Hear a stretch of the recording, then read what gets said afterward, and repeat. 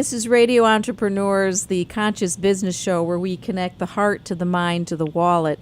In talking to business leaders today, we've got Jodi Clarke, who, wait for it on this title, Steward for Collective Awesome at the Global Roundtable Leadership. I have to say that again, Steward for Collective Awesome.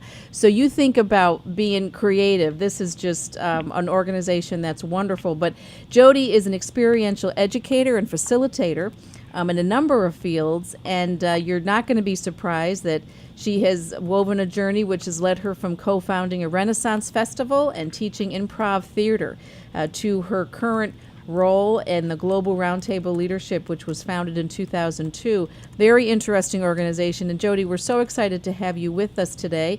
Thank you for your time and obviously your energy here. So welcome. It's wonderful to be here and to be chatting with you and sharing about the work that we're doing.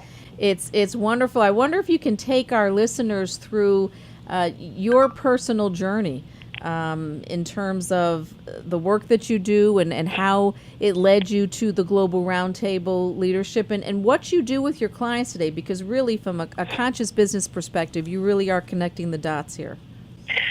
Certainly. So my pathway here really has been through theater.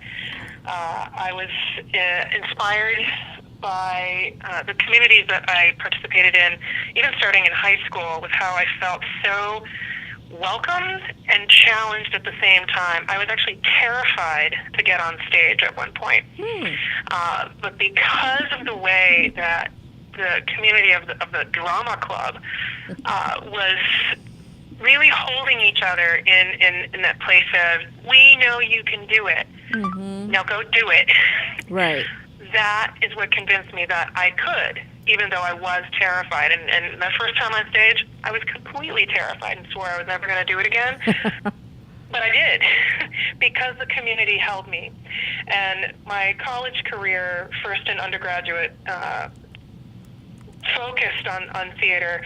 And another community that I landed in, almost by accident, was a Renaissance Festival that a friend of mine was in.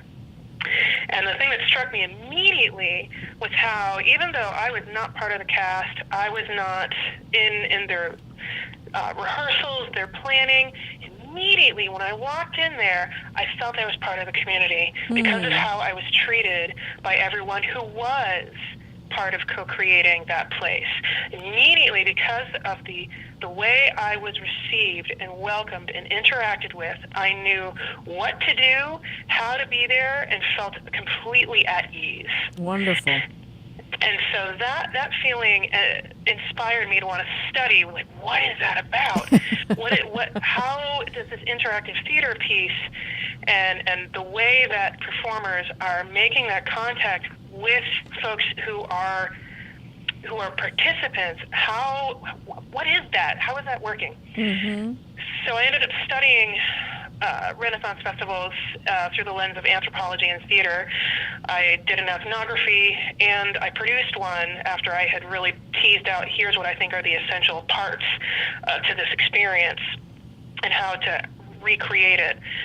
From there, I got a master's in theater education because I really felt that theater is such a powerful tool for convening community, because it's all about the ensemble, about how each of us has an equally important role in co-creating something that would not be possible without every one of us there. Right.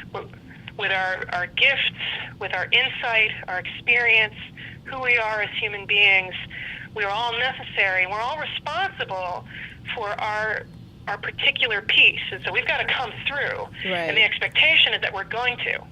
And we're all going to hold each other to that and support each other.